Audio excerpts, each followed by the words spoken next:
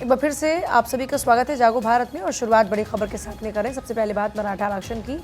मराठा आरक्षण को लेकर आंदोलन पर डटे हैं मनोज जरांगे। मनोज जरांगे ने आंदोलन खत्म करने से इनकार कर दिया। मनोज जरांगे ने मराठा समुदाय की बैठक बुलाई है। आंदोलन के अगले दौर को लेकर बैठक में चर्चा होगी। देखिए, मनोज जरांगे ने एक बार फिर से शुरू कर दिया है अपना आंदोलन और इस आंदोलन को खत्म करने को भी मनोज जरांगे तैयार नहीं है। मराठा आरक्षण की उनकी मांग को लेकर लगातार ये आंदोलन जारी है। हालांकि सरकार ने उनको वादा किया है कि जल्द ही मराठा आंदोलन की मांग को पूरा किया जाएगा और सरकार इस पर काम कर रही है। लेकिन अभी भी मराठा समुदाय को शिक्षा और नौकरियों में 10% आरक्षण विधेयक पारित। आंदोलनकारियों की बैठक आज। महाराष्ट्र में शिक्षा और सरकारी नौकरियों में मराठा समुदाय को 10% आरक्षण देने वाले विधेयक मंगलवार को सर्वसम्मति से पारित हो गया। मुख्यमंत्री एकनाथ शिंदे ने विधानमंडल के 1 दिवसीय विशेष सत्र में विधानसभा और विधान परिषद में महाराष्ट्र राज्य सामाजिक और शैक्षणिक रूप से पिछड़ा विधेयक पेश किया। इसमें 10 साल बाद आरक्षण की समीक्षा का प्रावधान है। राज्य में पिछले 1 दशक में तीसरी बार मराठा आरक्षण विधेयक लाया गया है। पहले सुप्रीम कोर्ट ने 50% आरक्षण की सीमा पार करने के आधार पर प्रावधान निरस्त किया था। राज्य में पहले से ही 52% आरक्षण है। ऐसे में विपक्ष ने दावा किया कि इस बार भी कानून सुप्रीम कोर्ट में खारिज हो जाएगा। दूसरी ओर मराठा आरक्षण कार्यकर्ता मनोज जरांगे पाटिल ने विधेयक पर निराशा जताई। उन्होंने कहा, सरकार मराठाओं को कुणबी जाति का प्रमाण पत्र जारी करे, इससे उन्हें ओबीसी वर्ग में आरक्षण मिल जाएगा।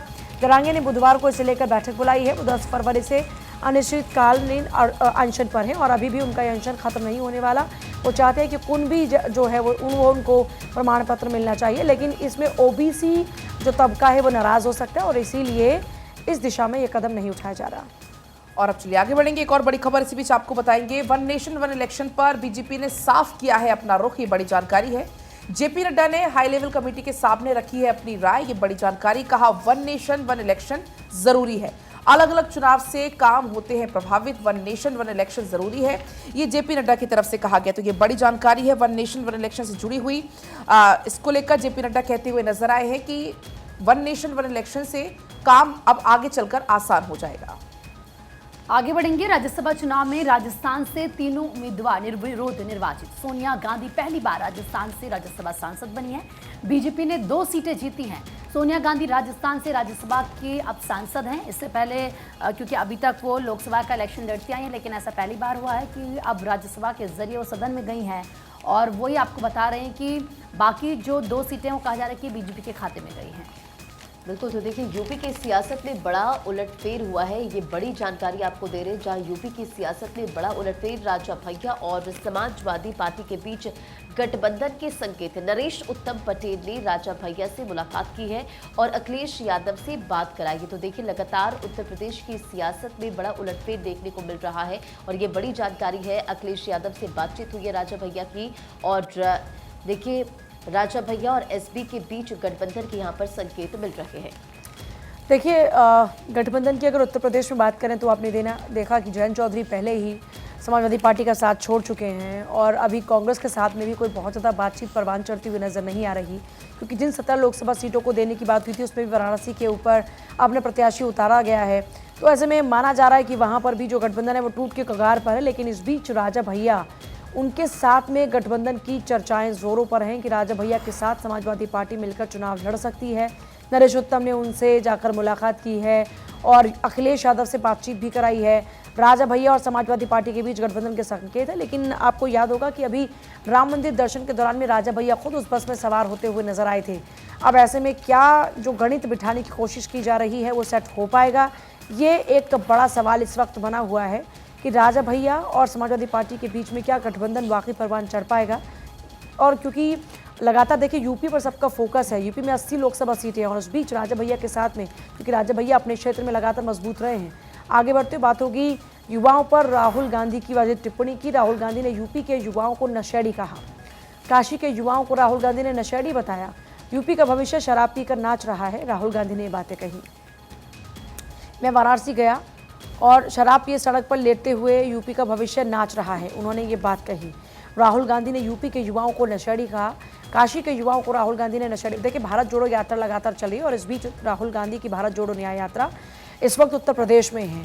और जब उत्तर प्रदेश में राहुल गांधी की यात्रा निकली तो उन्होंने यूपी के युवाओं को लेकर ये बात कही। जब वो बातचीत कर रहे थे, उन्होंने कहा कि युवाओं को राहुल गांधी ने नशेड़ी कहा और यूपी का भविष्य शराब पीकर नाच रहा है, ये बात कहते हुए वो नजर आए। उनका ये वीडियो लगातार चर्चाओं में बना हुआ है कि उत्तर प्रदेश के युवाओं को उन्होंने नशेड़ी कहा। जरा एक बार सुन लीजिए कि किस अंदाज में उन्होंने युवाओं को नशेड़ी बताया। मैं वाराणसी गया, वाराणसी में देखा मैंने रात को बाजा बज रहा है, ठहर जा, बाजा बज रहा है, वहां पे शराब पिए सड़क पे लेटते हुए बाजा बज रहा है। यूपी का भविष्य रात को शराब पिए नाच रहा है, डांस कर रहा है नशे में। और चलिए आगे बढ़ेंगे। इस बीच एक और बड़ी खबर आपको बताएंगे। राहुल गांधी के विवादित बोल पर स्मृति ईरानी का पलटवार अब सामने आ गया है। उन्होंने कहा, राहुल के मन में यूपी के लिए भरा हुआ है विष, कांग्रेस का भविष्य अंधकारमय। स्मृति ईरानी की तरफ से ये कहा गया। जिस तरीके से जुबानी जंग लगातार तेज हो रही है, राहुल गांधी इस समय उत्तर प्रदेश में है अपनी यात्रा के दौरान और ऐसे में लगातार बयानबाजी चल रही है। स्मृति ईरानी ने जवाब दिया और कहा कि राहुल गांधी के मन में उत्तर प्रदेश के लिए विष भरा हुआ है। ये कहते हुए स्मृति ईरानी नजर आई। तो देखिए स्मृति ईरानी की तरफ से किस तरीके से राहुल गांधी पर निशाना साधा किया और पलटवार राहुल गांधी पर किया, क्योंकि जिस तरीके से राहुल गांधी ने जो भाषण दिया था उसमें एक पत्रकार को भी पूछते हैं कि बताओ तुम्हारा मालिक कौन है, और जो उनके समर्थक थे वो किस तरीके से वहाँ पर उस वक्त उग्र भी होने वाले थे। फिर राहुल गांधी कहते हैं कि अरे मारो मत, तमाम चीज़ें सामने आई जो बहुत ही हैरान करने वाली थी। आगे बढ़ेंगे, बात झारखंड की करते हैं। पूर्व सीएम हेमंत सोरेन के खिलाफ शिकायत दर्ज की गई है। ईडी ने हेमंत सोरेन के खिलाफ शिकायत दर्ज की है। सीआरपीसी की धारा 174 के तहत नोटिस पर न आने का पूरा मामला है। न्यायिक हिरासत में है पूर्व सीएम हेमंत सोरेन। यूं कह लीजिए कि हेमंत सोरेन की जो मुश्किलें हैं वो कम नहीं हो रही हैं। पहले हाथ से सत्ता चली गई, लेकिन अब एक और ये कहा जा रहा है कि मामला उनके खिलाफ दर्ज किया गया है। सीआरपीसी की धारा 174 के तहत ये पूरा केस दर्ज किया गया है। और चलिए आगे बढ़ते बात करेंगे एक बड़ी खबर की जो लगातार सुर्खियों में है, और वो है चंडीगढ़ का मेयर चुनाव, जिसका नतीजा खारिज कर दिया गया सुप्रीम कोर्ट द्वारा। आम आदमी पार्टी उम्मीदवार निर्वाचित घोषित हुए। अनिल मसीह ने अपराध किया, सुप्रीम कोर्ट ने ये बात कही। जानबूझकर 8 वोट अवैध किए, सुप्रीम कोर्ट ने ये बात कही। और देखिए हर अखबार के फ्रंट पेज पर यह खबर है। मेरे पास अमर उजाला इस वक्त है और अमर उजाला में भी फ्रंट पेज पर यह खबर है, जिसमें हेडलाइन की अगर बात करें, सुप्रीम कोर्ट ने 8 मत वैध करार दिए, आप प्रत्याशियों को चंडीगढ़ का मेयर घोषित कर दिया। देखिए ये मामला खूब सुर्खियों में रहा उस वक्त जब ये वीडियो सामने आया। सुप्रीम कोर्ट में बाकायदा ये वीडियो प्ले किया गया और बाकायदा सीजीआई की ओर से कहा गया कि मैं आपके लिए एक बार फिर से इस वीडियो को प्ले करवा देता हूँ। और जब ये वीडियो प्ले होता है, आपको याद होगा जब इससे पहले सुनवाई हुई थी उस दौरान में भी मसीह का वो वीडियो प्ले हुआ, जिसमें वो बाकायदा खुद हाथ रखकर निरूपित कर रहे थे उन वोट्स को। और उन्होंने पहले अपने पक्ष में ये कहा कि वो पहले से ऑलरेडी निरूपित पत्र थे। उसके बाद कोर्ट ने उसको चेकआउट कराया और जब चेकआउट कराया तो पता चला कि वो पहले से निरूपित पत्र नहीं थे, बल्कि वो निरूपित किए गए थे। जिसके बाद में इस पूरे फैसले में सुप्रीम कोर्ट ने क्लियर कर दिया कि जो 8 मत वैध करार दिए गए और जिनको अवैध करार किया गया था उनको वैध करार किया गया। जिसके बाद लोकतंत्र की जीत है। सुप्रीम कोर्ट का फैसला ऐतिहासिक है। कुलदीप कुमार जो अब नए मेयर बने हैं उनकी ओर से बात कही गई। सुप्रीम कोर्ट ने चंडीगढ़ के मेयर चुनाव में भाजपा प्रत्याशी मनोज सोनकर को विजेता घोषित करने के पीठासीन अधिकारी अनिल मसीह के फैसले को निरस्त करते हुए आम आदमी पार्टी के प्रत्याशी कुलदीप कुमार को विजेता घोषित किया। Chief justice T Y. Chandrachud, justice J B. Pardiwala, justice Manoj Mishra की पीठ ने 30 जनवरी को चुनाव में मसीह की ओर से रद्द किए गए 8 वोटों को वैध करार दिया। ये खबर अपने आप में बड़ी अहम है, जिसको अरविंद केजरीवाल की सरकार एक बड़ी जीत बता रही है। बिल्कुल, अब आगे बढ़ेंगे। एक और बड़ी खबर आपको बताएंगे। कोर्ट के फैसले के बाद केजरीवाल की प्रेस कॉन्फ्रेंस, चंडीगढ़ के लोगों को जीत हुई है। INDIA के लिए बड़ी जीत कहते हुए केजरीवाल से नजर आए। एकता से बीजेपी को हराया जा सकता है। तो केजरीवाल ने आगे कहा, चंडीगढ़ मेयर चुनाव में आखिरकार संविधान और लोकतंत्र की जीत हुई है। यह ऐतिहासिक फैसला है। इस फैसले से चंडीगढ़ और पूरे देश में जनता की जीत हुई है। साथ ही ये इंडिया गठबंधन के लिए पहली और बहुत बड़ी जीत है। इस तरह से हम ये जीत उससे छीन कर लाए हैं। मुझे लगता है कि भारतीय इतिहास में ये पहली बार हुआ है। हम सुप्रीम कोर्ट का बहुत शुक्रिया करते। तो ये अरविंद केजरीवाल कहते हुए नजर आए। तो गलत तरीके से वोट अवैध किए गए, ये भी उनकी तरफ से कहा गया है। चंडीगढ़ के लोगों की अब जीत हुई है। आगे बढ़ेंगे। लोकसभा चुनाव से जुड़ी इस वक्त की बड़ी खबर क्या आ रही है आपको बताएंगे, लेकिन अरविंद केजरीवाल की तरफ से क्या कुछ कहा गया एक बार वो भी सुन लीजिए आप। साफ साफ था कि 20 वोट इंडिया गठबंधन के थे, 16 वोट बीजेपी के थे। 20 में से 8 वोट किस तरह से इंडिया गठबंधन के वोट गलत तरीके से इनवैलिड डिक्लेयर कर दिए गए और इंडिया गठबंधन के कैंडिडेट कुलदीप कुमार को हारा हुआ डिक्लेयर कर दिया गया, बीजेपी के कैंडिडेट को जीता हुआ डिक्लेयर कर दिया गया और आज रिजल्ट डिक्लेयर कर दिया। ये मुझे लगता है कि भारतीय इतिहास के अंदर शायद पहली बार हुआ है। तो कोर्ट के फैसले के बाद अरविंद केजरीवाल काफी गदगद नजर आए और उनकी तरफ से ये तमाम बयान दिया गया।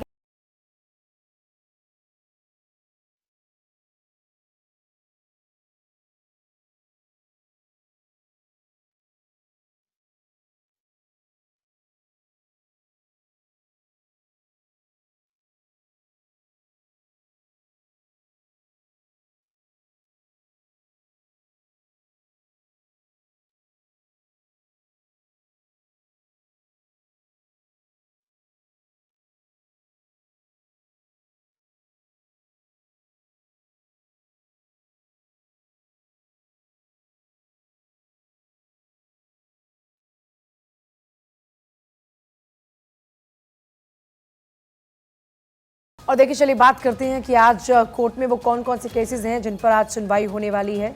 तो सबसे पहले बात, चुनाव से पहले फ्रीबीज के खिलाफ याचिका पर सुप्रीम कोर्ट सुनवाई करने वाला है। सेकंड जो केस है मनीष सिसोदिया से संबंधित है। मनीष सिसोदिया की जमानत याचिका पर कोर्ट अपना फैसला सुनाएगा। तीसरा जो केस है वो है क्या स्थगित होगी नीट MDS की परीक्षा। सुप्रीम कोर्ट में याचिका इसको लेकर दायर की गई है और इसी पर सुनवाई होने वाली है। चौथा जो केस रहेगा वो है बीजेपी के 7 विधायकों के निलंबन का मामला। दिल्ली हाई कोर्ट में सुनवाई होगी इस पूरे मामले को लेकर और नीट MDS की परीक्षा सुप्रीम कोर्ट में इस पर सुनवाई होगी। तो वहीं दूसरी तरफ विधायकों के निलंबन का मामला हाई कोर्ट में जिस पर सुनवाई होने वाली है। पांचवा केस जो लगने वाला है कांग्रेस के बैंक अकाउंट से फ्रीज हटाया गया। IT ट्रिब्यूनल में इस पूरे मामले को लेकर सुनवाई होगी। तो इसके अलावा वाराणसी की बात करें तो 24 साल पुराने मामले में रणदीप सुरजेवाला की मुश्किलें बढ़ती हुई नजर आने वाली हैं। सुप्रीम कोर्ट में मामले पर सुनवाई होगी। फिर इसके अलावा एक बार फिर से हेमंत सोरेन की अर्जी पर भी सुनवाई होगी। विधानसभा के बजट सत्र में भाग लेने की अनुमति मांगी है। सिविल कोर्ट में इस पूरे मामले को लेकर सुनवाई होगी।